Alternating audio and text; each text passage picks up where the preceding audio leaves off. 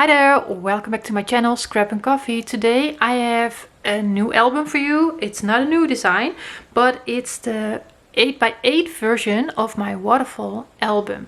So it's a few months ago that I did the Sea Dream Waterfall album with one 12x12 paper pack from Stamperia, and I asked you, would you like a version to use with your 8x8 paper collections?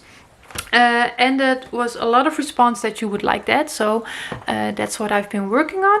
And basically all that I did is I sized it down in height. So this cover is 8¼ inches high, I believe by 7 inches in width. I increased the spine a little bit, but accidentally I increased it a little bit too much. I got it wrong and I didn't realize it until I put my binding on, but that's all fine. So mine is 1 3/4, but the cutting guide will give you 1½ inches, but this is fine as well. Yeah, so I've used the Sir Vagabond in Japan collection for this that I had left over from my large album. I had a full 8x8 pack left that I've used on this, and I had the background collections that was for this collection also an 8x8. I did used some of that as well in the album, so that was not a full pack, but I was pretty down to it at the end. So I would say you need 2 8x8 packs if you want to use 8x8 only for this album.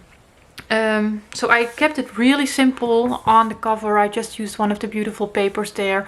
I've wrapped the spine. This is from the background collection, this red. And then this was a paper that I had left over for the back cover. So really simple. And then it's basically the same design. I just wanted to give you a different option for a closure. So I did here, yeah, I don't know how you call this, but you can slide this off. And then everything opens up, and I will show you after the project share how I've made that. It's really easy. I'm not sure if it's the best way, but this is what worked for me, so I want to show you how I did this. On the back I haven't done anything here. I was basically out of pattern paper, but I could also do a photo or do some journaling or just leave it like this, right?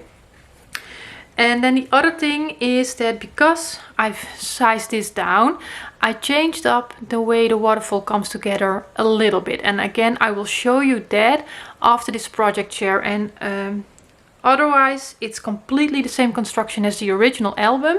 So you can download the cutting guide for this size and follow the tutorial for the original album, except for how the waterfall comes together and if you want to the closure, but I will show that right away after the project share. So I've kept it really simple here, just like I did with the other one. I just have my photo mats here that I did with white cardstock that I can remove and replace for a full-size photo, and just added pattern paper there. And of course with your 8x8 it is a little less convenient. Yeah, it requires more papers than when you have your 12x12 for this. So I didn't embellish it really. I've tried some different things. I fuzzy cut some things, but I just, yeah, it was too much for me, so I didn't do it. And then I have the beautiful paper with the boat here at the back with the pocket. I didn't do my punches in the pocket this time. I just wanted to yeah, show you how different it will look with different papers, and if you leave that sort of stuff out, different closure. And this one is the hardest one for me to get on because I want to do it from this side. But that doesn't work with the page. So I'm not gonna lie, this one is a little bit hard for me to get back on. I will do it later. And then we have the angled pocket here. I've put some photo mats in there. I did the same technique as on the other one because these papers are just too beautiful to hide, right? So you just want to showcase them. And then on the middle I've used this dragon paper here. So I've put some of the small text in there to keep the flap closed, no magnets this time. So up to here is the 8x8 paper that I've cut into strips to decorate this. And then I've added some of the red on the sides. And then we can open that up for photo opportunity on the flaps there. And then I have photos here in the small pocket. I can add more. And some photos here in the large pocket. So I did all photos or full-size photos in here. So this is from the background again, from the background collection. I really enjoy the backgrounds that Stamperia is doing now with their collections. And I believe, like with this one, I had an 8x8 paper pack backgrounds, but I think for the newer collections they are 12x12 papers, so that's really nice as well. And like I said, I've used these little tags here to keep it closed because I didn't do magnets this time. And then this is my favorite spread because I just love this color combination here. So again, I have some photos here in that angled pocket, and I've used a beautiful geisha here, and then I also did that on the closure. So here on the closure I have these are the 4x4 from the collection, and then I did do some pattern paper on the back. And then the waterfall is the same thing, right? So I just added photo mats and just scrap pieces. Here I had to fill it in a little bit, so I changed it up with a little strip there because it was too short, but I just worked around it. And then some more photos here. And I also really love this pattern here. So yeah, like I said, it comes together quick, it's really easy, and I just love this spread, especially when the closure is on there. There we go. See, from that side it's way easier for me to do, but yeah, that's what it is. But I just love this spread. This is my favorite spread. This is so gorgeous. I could look at this all day. Okay, so that's the album. Like I said, the cutting guide is already on my website. This is for the 8x8 version waterfall album. You can follow the tutorials for the original one, except for the waterfall part. So that will come up right away, and I will put a link towards the playlist with the construction videos for the original one down below in the description box, so it's easy for you to find if you want to. So that is the album, and yeah, let's go to constructing the waterfall and the closure if you like that. So I want to say for now, thank you for watching, and I hope to see you in the next one. Bye bye. Okay, I quickly want to show you the construction for the waterfall because it's smaller. It's a little bit different than the original album. So you're going to start with your piece A. There are two score lines on piece A, and what you want when you work on this piece is you want to see the bumpy side of that piece, so that's facing you, where the score line comes out of the paper, and you want the score line to be closer to the bottom. So you have that large piece here on top, and on that large area, that's where you're going to attach your 4 waterfall flaps, your 4 pieces of B. I kind of messed up. I cut my piece A too short, so I removed them from that piece. So my tape backing is already removed, but these are your larger flaps. You just fold it on them to make a flap, and your first piece B is you're going to align it on the top edge on that longer side, right, with the bumpy side facing you. And then I'm going to use the long edge here to guide my waterfall, but normally I have my tape backing on there and makes it a little bit easier. So let's, I have a piece here, so let's see if I can use that. Okay, that's gonna help. Because otherwise it's not gonna end up really good for me. Okay, so I'm placing it there, and then I bring it along the cut edge here, and then it should go there. Okay, so the first one you place there, and then let's keep that little tape backing as my help. And then you're gonna place the other 3 underneath there like a waterfall, and use your long side as your guide. That's my biggest tip to make sure that you keep your waterfall straight. So normally it's a little easier with the tape backing on, but let's just make it work. Okay, so repeat that for all 4 flaps. Okay, and when you have your last one on, so after you've placed your last one, you have about a 1/4 inch space between the bottom of your flap and your score lines. And that's what you want. And now you can fold on those score lines. So the reason that I do it now is because if you do it first and then attach your flaps, your piece tends to curl up a little bit. And if you wait with the folding on these score lines, it will stay flat on your work surface a little bit better. So fold on both score lines, which can be a little bit hard on this sturdy cardstock. But there we go. Then we can close all the B-flaps up, and then this will go over as the bottom closure piece. And then I have piece C in the cutting guide. That is another flap, but a little bit smaller. It has a little bit of a weird measurement. Let me check that before I say this. Yes, so I didn't want the gap between this flap and your the bottom closure piece to be too big, so that's why the weird measurement. You're gonna line that on top of your first piece B. So just place it on top of that. Align it with the top folded edge and the side again. And then you have a small gap between that flap and your bottom piece. And that's basically the difference in this piece. So you can fit a full-size photo in landscape direction on this flap as well. And then you only have your 4 flaps here. And then just like in the original one, sorry for that background noise, you can place your pocket on the bottom. So you just place that along the top score line.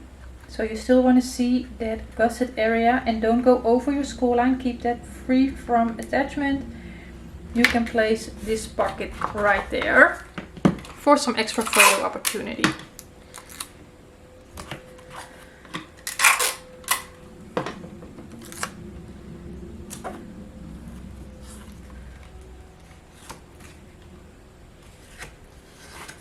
Okay, so stick the sides up. And then this is done, and then the rest is exactly the same as in the original album. You put your tape on the back side to place it on your front and back inside cover. So that's the little difference in the construction of the waterfall element. The rest of the album is exactly the same. You just use the measurements that you find in the 8x8 album.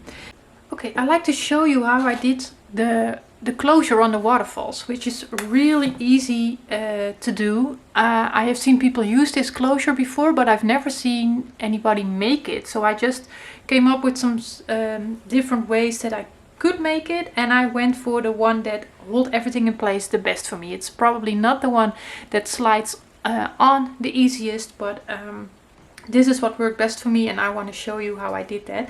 Now I wanted to have this square somewhat centered on this waterfall. You see it's not completely centered, but in order to do that, yeah, you have to draw a line. So let's get this out of the way. So you're gonna have 2 pieces that are the same size. In my case I did square. You can also make it rectangle, but I did square pieces 4 1/8 of an inch by 4 1/8 of an inch, but you can change that size up however you like. And on one of the pieces I draw a line from the bottom, 1.5 inches from the bottom, in order to get it centered on my waterfall. Well, not completely centered, but a little bit to the center at least. So you do that on one piece, and then you have a 1-inch piece that is scored halfway, and you can just fold and burnish on that score line. And I like to train it in both directions, so I start with folding towards the bumpy side, and then I also fold towards the dented side. And I'm going to use some wet glue now. I'm not going to taper it because that makes the sliding on and off a little bit more difficult, but I do want to make sure that there is no overhang. And when you do have some overhang, you can just trim it down a hair, because yeah, you just want it to be neat, right? So I'd rather have it to be a little bit short than overhang. Okay, so while it's folded, I'm going to put wet glue on one of the 1/2-inch sides, and I'm going to line up my folded edge with the pencil line. And it doesn't really matter on what side, but I'm going to do it on placing it on the larger part of the square. So just line up your folded edge with that pencil line that you made, and just give that a good burnish. Make sure that you have a nice stick. And then I'm going to open up this flap and then put my glue on this side of that 1/2-inch part. And I know that's hard to see. I have some white here. I hope that makes it a little bit better, but I have my score line here. So I opened up this 1-inch part, and I'm going to put my wet glue here. And this is also where the wet glue is a little bit more easier to work with in this case, because now while this is opened up, I'm going to get my second piece and I'm going to line it up on 4 sides. And because we have wet glue, we have that time a little bit to just get it how we want it. Okay, so line that up and make sure that that has a stick there.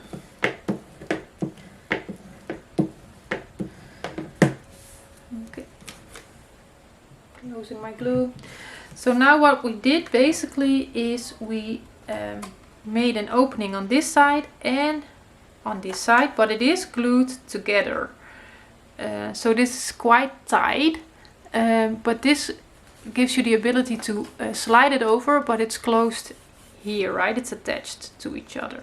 So now you can decorate this however you like.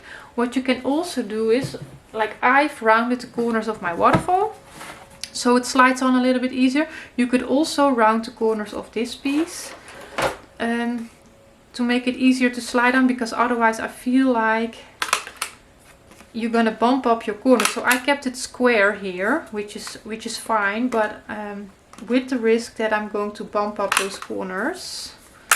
Oh. So if you just round it here, and then you can also leave this straight if you want to. Oh, let's do that in the right direction. You just open it up a little bit to slide it on. And I also noticed that if you do it a couple of times, it gets a little bit easier. So you can also round both corners, but it really depends on the look that you are going for, right? So this is how I did it. Really easy. Like I said, I'm not sure if it's the best way. Maybe you have a different way. That's all fine. I just wanted to show you how I did it. So that is it. I really hope that you like this version of the album and that you want to give it a try. So thank you for watching. Enjoy the rest of your day and I see you in the next one. Bye bye.